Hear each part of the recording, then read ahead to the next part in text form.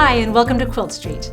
I'm Mary Kate Carpetras, and today we're going to talk about how to make the intermediate level block Hither Yon. This is a unique block. It's not one that you see very often, and it's not a construction method that you come across very often. So let's just jump right into it because we have a lot to cover in making this block. Oh, this finishes at 14 inches, by the way. So first, even though it's an intermediate level block, let's quickly talk about how to make our half square triangle units. And I want to point out that you're going to make two sets of half square triangle units. The smaller ones are going to finish at 2.5 inches. The larger ones are going to finish at 3.5 inches. So we write our patterns to make half square triangle units by cutting our squares for those a full inch larger than necessary, and then we trim them down after we have joined them, okay? So you're going to draw a line from corner to corner on the wrong side of the lighter fabric. You're going to layer your two squares together, stitch 1/4 inch on either side of that drawn line, cut them apart, press them open as such, and then you're going to trim them. You're going to trim these to 3 inches, okay? With the larger ones, you're going to start off with 4.5 inch squares. Do the same thing, draw your line, stitch on either side, cut them apart, press them open, and then you're going to trim these down to 4 inches, okay? You're going to need 8 of the smaller ones and 6 of the larger ones. Let's move you over here. And then using your 8 smaller half square triangle units, you're going to make 2 pinwheels. So start with your first one in this orientation. You see where the green is sort of, in this square, it's this upper right corner. So you're going to orient them as such, join them into pairs, and then join those pairs to make your pinwheel. Don't go too fast because you're going to need to alternate or rotate those half square triangle units to make your second pinwheel. If you put these side by side, you can see that the orientation is 180 degrees. Each half square triangle unit is rotated 180 degrees. So we're going to turn it and flip it. And this is just one of those places where you just want to check and double check your pattern. Make sure that you are getting things oriented the way they should be. So again, is that right? I always check, ask myself, yep, it's right.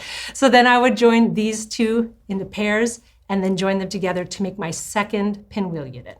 I'm going to put these aside for a little bit later on.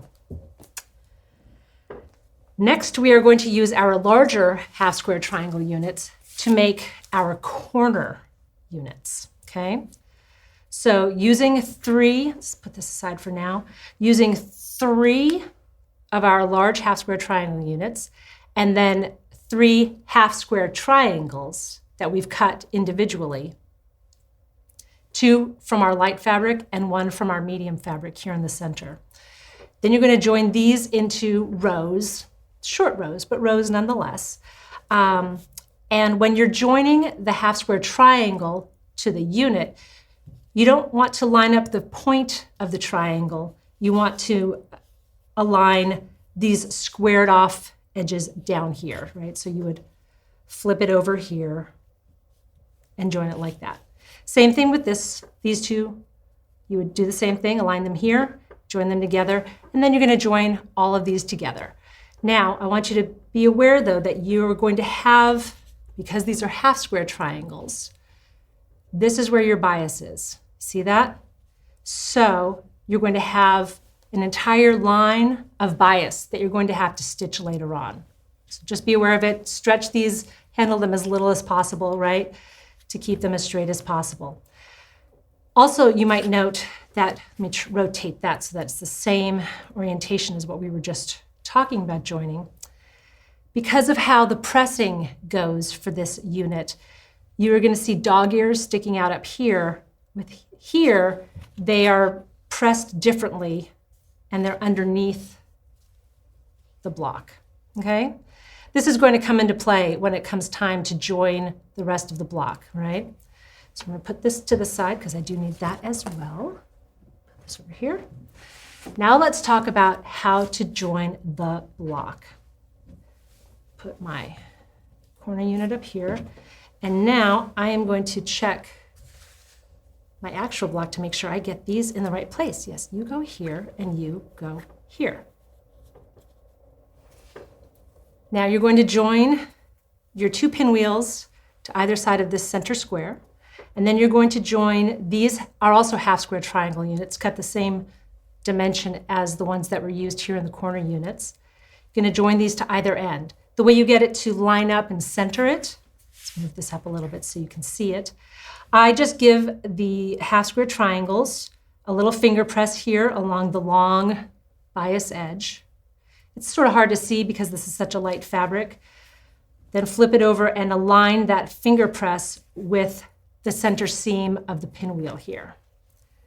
And you're going to have dog ears again, drifting off the side here. That's just fine. That's what you want, okay? So you join this center row. Let's get that aligned. And then you would join up your corner units to either edge of that center row. This is where the intermediate skill level is really called upon, because lining up seams, you don't have seams that can nest, right? Because the corner unit, you have diagonal seams going on here. You don't have those nice straight seams like you will have here in the diagonal row. So finding how to align those seams is going to call upon your skills that you've amassed as a quilter, as an intermediate quilter, to figure out how to do that. You can use a pin, perhaps, to align the points and to find where they line up in the seam. But I want to share something with you. Speaking of intermediate level, right? So when I went to make this block, I joined this row first. And as you can see, that actually meets up quite nicely. I was pretty happy with it. And then I went and joined the second row. I will switch that. And it didn't meet up quite as well here. I got to admit, I was a little bummed when I flipped open my block and I saw that. But I left it in because I wanted to show that these things happen. And I wanted to show you what happened, if you can see, on the other side. Now, again, remember, this is the orientation I had as it was going through the machine, because I didn't want my bias edges against the feed dogs. I wanted my straight of grain blocks against the feed dogs on the bottom of the machine. So it was a little hard to see, perhaps, where I was aiming the needle here. And it also sort of jogged over, I think, maybe because there's some bulk in there or whatever. And then I got my seam allowance back on track. And over here, I got it right on the money.